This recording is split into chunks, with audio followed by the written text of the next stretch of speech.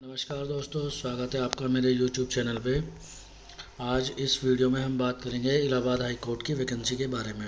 देखिए, बहुत टाइम से YouTube चैनल्स पर इस बात की चर्चा चल रही है कि इलाहाबाद हाई कोर्ट की जो है ARO और RO और कंप्यूटर असिस्टेंट, ये 3 पदों पर वैकेंसी आने वाली है। और इस बात की बहुत ज़ोरों शोरों पर चर्चा थी कि इलाहाबाद हाई कोर्ट में ARO और RO की बम्पर वैकेंसी आएगी। तो अलग अलग यूट्यूब चैनल्स अलग अलग बातें क्लेम कर रहे थे। कुछ लोगों का कहना था कि दिवाली तक वैकेंसी आ जाएगी, कुछ लोगों का कहना था कि दशहरा से पहले वैकेंसी आ जाएगी। दिवाली भी आने वाली है 2 दिन बाद, दशहरा भी निकल चुका है, लेकिन वैकेंसी नहीं आई है। इलाहाबाद हाई कोर्ट में विंटर जो सीज़न होता है उसकी जो छुट्टियां हैं वो भी अब स्टार्ट होने वाली हैं। और अब सभी के माइंड में ये होगा कि वैकेंसी आएगी भी या नहीं आएगी।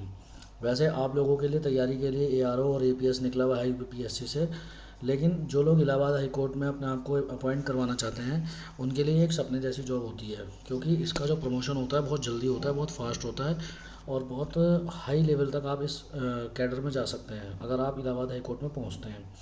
तो सभी के माइंड में ये वाली बात होगी। तो यहाँ पर हम 2 बातों पर डिस्कस करेंगे कि एक तो वैकेंसी करंट की पोजीशन क्या है और कितनी आने की संभावना है, और सारी बातें फैक्चुअल उस पर करेंगे, और उसके बाद कब तक वैकेंसी आएगी इस चीज़ पे भी हम बात करेंगे। तो आप वीडियो में बने रहिए। देखिए, चैनल पर सब चीज़ें ऑथेंटिक बातें करी जाएंगी, इधर उधर से कोई घुमा के नहीं करी जाएगी। अगर आपको अच्छा लगे ये वीडियो तो प्लीज़ सब्सक्राइब कर दीजिएगा चैनल को और लाइक करिएगा वीडियो को भी और शेयर करिएगा ज़्यादा से ज़्यादा। सबसे पहले हमने इलाहाबाद हाई कोर्ट की वेबसाइट से ही उठाया है। इसमें ये देख लेते हैं, जो सिर्फ ऊपर का सेक्शन है उसी पे बात करेंगे कि कितनी सेक्शन स्ट्रेंथ है, कितनी वर्किंग है और कितनी वैकेंसी खाली है। तो सबसे पहले जो इसमें आती है वो आती है रजिस्ट्रार की। रजिस्ट्रार में आप देखो 21 वैकेंसी की स्ट्रेंथ है और वर्किंग जो है वो है 21 पूरी। तो इसमें तो कोई वैकेंसी खाली है नहीं। जॉइंट रजिस्ट्रार में 52 वैकेंसी है। मैं ऊपर से लेकर नीचे तक इसलिए देख रहा हूँ क्योंकि कोई भी वैकेंसी निकालने से पहले प्रमोशंस के द्वारा प्रमोशंस करे जाते हैं, जिससे कि प्रमोशन होने के बाद हमको खाली होने के बाद की स्थिति पता लग सके। जॉइंट रजिस्ट्रार में 52 पोस्ट हैं, 50 इस टाइम काम कर रहे हैं और 2 लोग खाली हैं। ये जुलाई 2023 की स्थिति है, 1 जुलाई 23 की।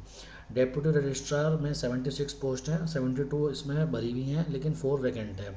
असिस्टेंट रजिस्ट्रार में 145 पोस्ट हैं, 144 आप लोगों की क्या नाम है चल रही है फिल, और 1 वैकेंसी ओनली खाली है।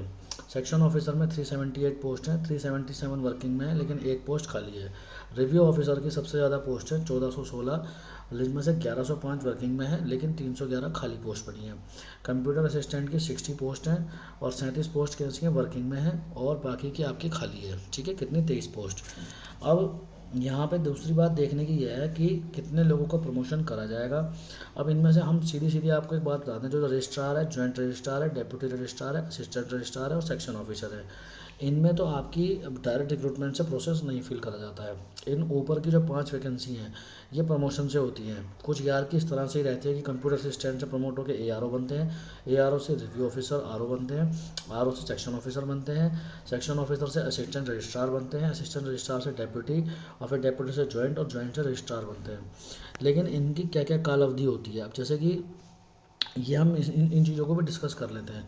उससे पहले मैं आप लोगों को एक चीज़ बिल्कुल क्लियर बता दूं कि देखो, जो सिंपल से आप एक बात मान के चलो कि जो रजिस्ट्रार की पोस्ट है इस पर तो कोई वैकेंसी खाली है नहीं, लेकिन जो जॉइंट रजिस्ट्रार की पोस्ट है इस पर आपकी 2 वैकेंसी खाली चल रही है। तो डेप्यूटी रजिस्ट्रार से 2 लोगों को प्रमोशन कर दिया जाएगा।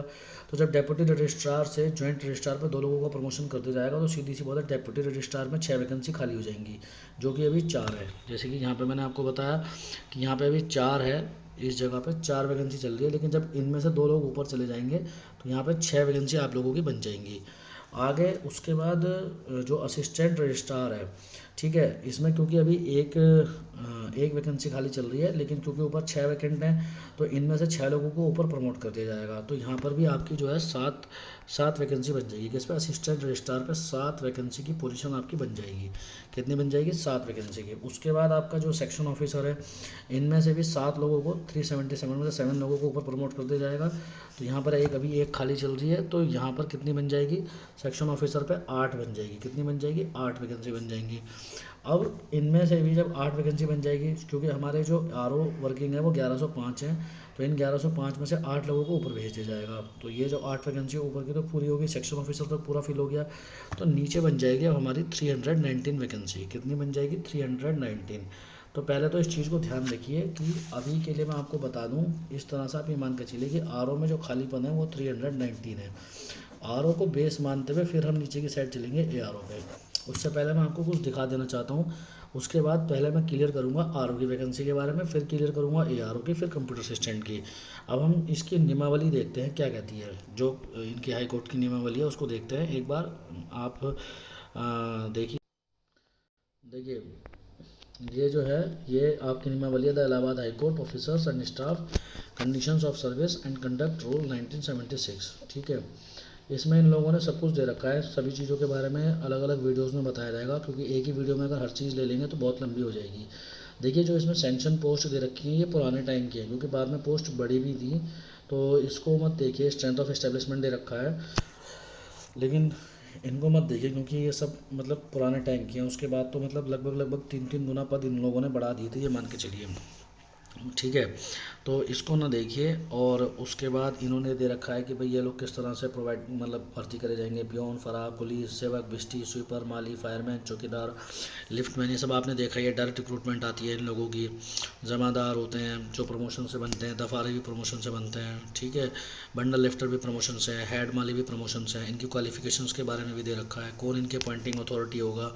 चीफ जस्टिस ही मोस्टली सभी में अपॉइंटिंग अथॉरिटी रहते हैं। उसके बाद कंप्यूटर असिस्टेंट की दे रखी है, इसमें अभी हम आएंगे कंप्यूटर असिस्टेंट के बारे में भी। ठीक है, कंप्यूटर असिस्टेंट के बारे में भी आएंगे, लेकिन असिस्टेंट रिव्यू ऑफिसर की भी दे रखी है। लेकिन मैं सबसे पहले जो आपसे बात करूंगा वो करूंगा रिव्यू ऑफिसर के बारे में, क्योंकि मैंने आपको बताया कि हम ऊपर से नीचे की तरफ चलेंगे, ना कि नीचे से ऊपर की तरफ।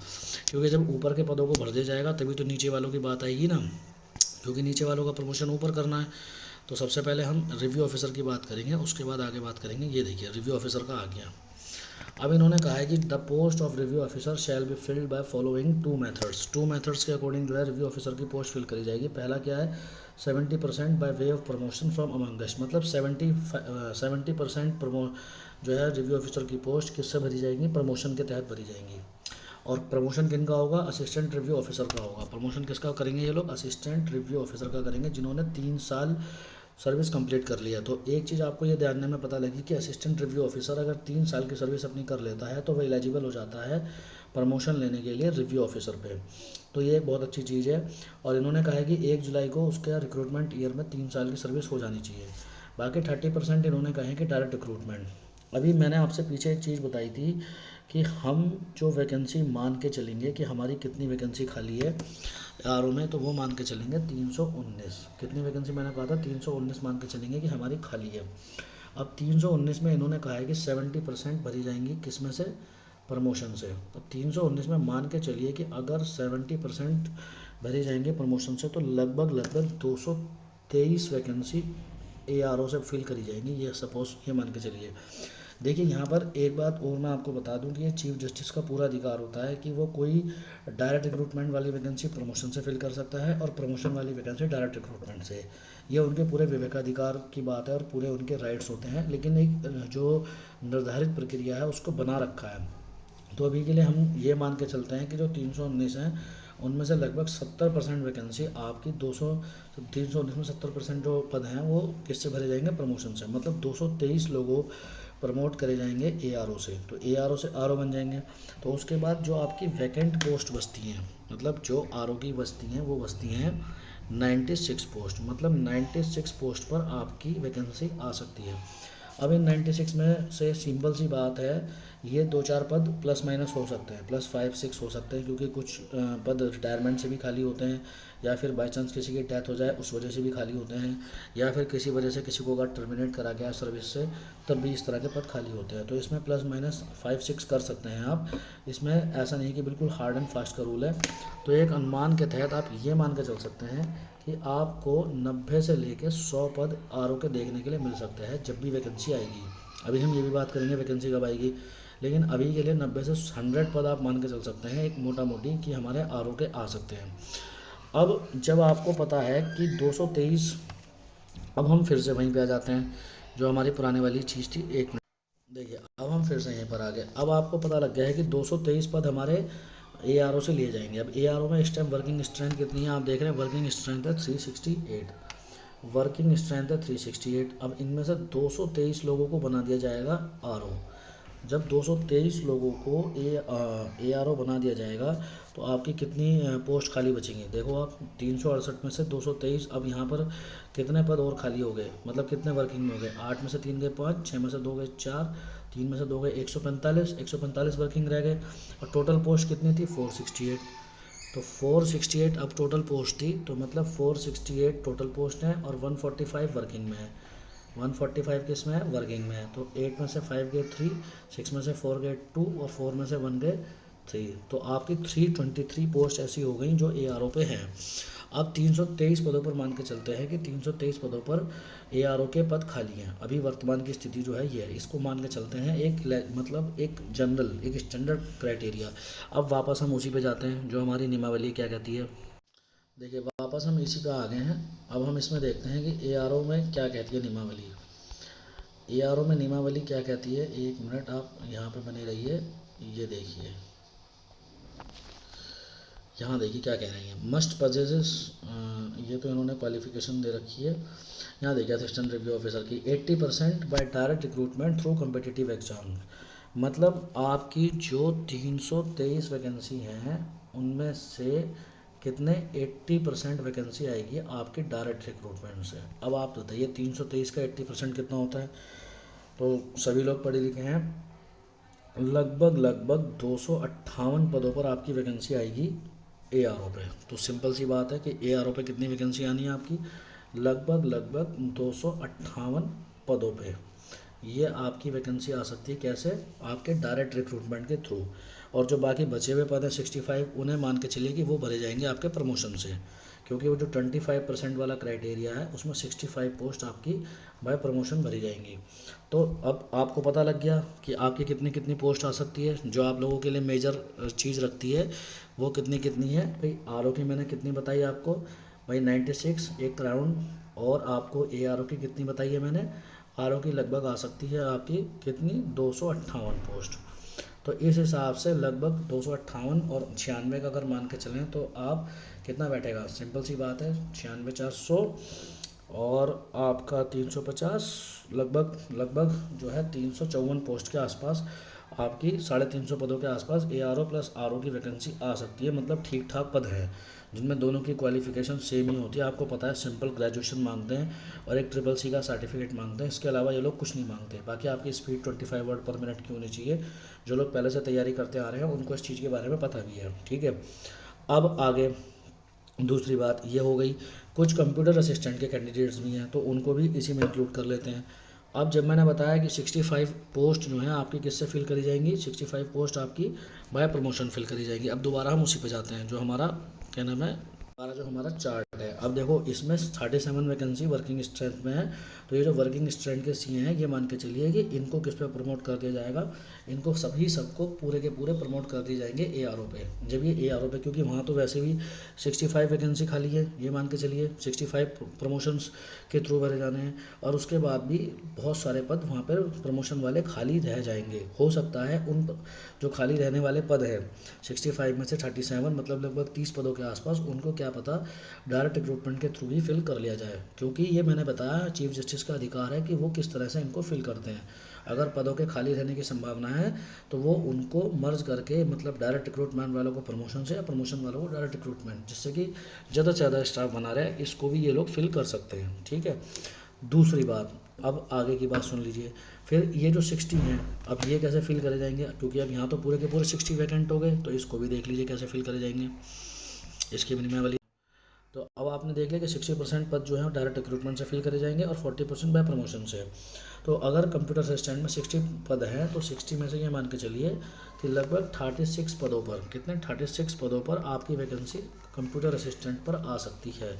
क्योंकि बाकी पद जो है जो 4th क्लास में लोग काम कर रहे हैं उनसे प्रमोशन के थ्रू भरे जाएंगे। और जिन्होंने 4th क्लास के पद पर 5 साल की सर्विस पूरी कर ली है उसके थ्रू इन पदों को फिल करा जाता है। ठीक है, तो अब ये तो आपको पता लग गया कि आपकी, मैंने कम्प्लीटली यहाँ पर एक तरीके से चीज़ें बता दी कि आपकी RO पे मान के चलिए कि 96 वैकेंसी। ठीक है, मैं एक मोटा मोटी ही बता रहा हूँ। ARO पे मान के चलिए आपकी 258 वैकेंसी आ सकती हैं। ठीक है, और आपकी CA की पोस्ट पर आ सकती हैं 36 वैकेंसी। इनमें मतलब 5-6 वैकेंसी ऊपर नीचे हो सकती हैं, क्योंकि मैं फिर बता रहा हूँ चीफ जस्टिस को अधिकार है कि वो कोई भी वैकेंसी किसी भी तरीके से फिल कर सकता है। अब आगे कि ये वैकेंसी कब आ सकती है। देखिए वैकेंसी को लाने के लिए जो पूरा प्रोसेस होता है, पूरा जो ड्राफ्ट होता है वो फाइनल हो चुका है। जिन लोगों के उस पर साइन होते हैं वो भी अप्रूवल हो चुके हैं, सब कुछ क्लियर है। ठीक है, कुछ चीज़ों पर अभी छोटा मोटा पेच फंसा हुआ है, वो भी बिल्कुल क्लियर होने वाला है। दिवाली के बाद ये मान के चलिए कि आपको आपकी वैकेंसी का जो क्या नाम है नोटिफिकेशन है, जो अभी देखिए इन्फॉर्मेशन जैसी मिली है उसके अकॉर्डिंग ही बता रहे हैं। इसमें थोड़ा बहुत ऊपर नीचे हो सकता है, लेकिन फिर भी मैक्सिमम से मैक्सिमम ये मान के चलिए, मैक्सिमम से मैक्सिमम बता रहा हूँ आप, मतलब ये मान लीजिए कि दिसंबर के महीने में आपको प्रॉपर देखने के लिए मिल जाएगा आपको इलाहाबाद हाई कोर्ट का अपना ARO RO और CA का कंप्यूटर असिस्टेंट का नोटिफिकेशन दिसंबर के मंथ में। और बिल्कुल कंफर्म मिल जाएगा, ये समझिए दिसंबर मंथ में आपको ये नोटिफिकेशन प्रॉपर देखने के लिए मिल जाएगा। अब दिसंबर में चाहे वो पहले हफ्ते में आ जाए, दूसरे में आए, तीसरे में आए, चौथे में आए, कैसे भी आए, पर दिसंबर में आपको प्रॉपर तरीके से ये नोटिफिकेशन देखने के लिए मिल जाएगा। हो सकता है उससे पहले भी मिल जाए, लेकिन मैंने आपको क्योंकि मैक्सिमम टाइम बताया है, ठीक है, उसके अकॉर्डिंग।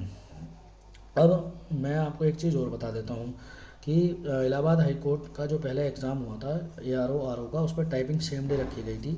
और टाइपिंग को लेके पहले बहुत मिसकम्युनिकेशन, मतलब बहुत ज़्यादा मिसकम्युनिकेशन फैला, मतलब लोगों ने एक अलग तरह के रूमर्स बना दिए थे। तो उस टाइम में मैंने एक वीडियो बनाया था टाइपिंग को लेके, फैक्चुअल चीज़ें बताई थी, और वो बाद में सही भी निकला था। अगर आप लोगों ने टाइपिंग दी है तो वो मेरा वीडियो देखिएगा, पड़ा हुआ है, मैं इसमें उसको लिंक शेयर कर दूँगा कि मैंने टाइपिंग को लेके क्या चीज़ बताई थी।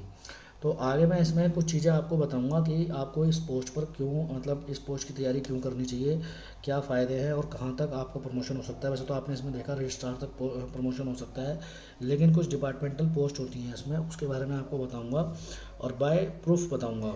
ऐसा नहीं कि सिर्फ हवा में कि ऐसा है फैसा है, ये ऐसे नहीं है, ठीक है। तो क्योंकि एक पोस्ट इसमें अलग टाइप की होती है जिसकी बहुत पावर होती है उन बातों में। इसकी सैलरी के बारे में बताएंगे, इसका सिलेबस भी डिस्कस करेंगे, किस तरह के क्वेश्चंस आते हैं, नेचर ऑफ क्वेश्चंस वो भी इसमें डिस्कस करेंगे, और क्या इसका एग्ज़ाम पैटर्न हमेशा से रहता आया है, किस तरह की बुक्स आप प्रेफर कर सकते हैं, इन सब चीज़ों को भी डिस्कस करेंगे। कट ऑफ आपको कितनी रखनी चाहिए अपनी तैयारी के लिए पहले से ध्यान माइंड में, उन सब चीज़ों को भी डिस्कस करेंगे। और किस तरह आप अपना इसमें स्थान बना सकते हैं, क्या आपकी वो रहनी चाहिए, रणनीति रहनी चाहिए, इन सब चीज़ों को भी हम डिस्कस करेंगे। तो अभी आप ये वीडियो देख के अगर आपको कोई भी मन में डाउट हो तो आप कमेंट बॉक्स में छोड़ सकते हैं अपनी क्वेरी, और ज्वाइन कर सकते हैं हमारा अपना जो टेलीग्राम ग्रुप है उसमें भी, वहाँ पर भी सारी चीज़ों को सॉल्व करा जाता है। तो ठीक है, अगर आपको ये वीडियो अच्छा लगा हो तो प्लीज़ इस वीडियो को लाइक कर दीजिएगा, ज़्यादा से ज़्यादा शेयर करिएगा, और प्लीज़ चैनल को सब्सक्राइब कर दीजिएगा। Thank you so much.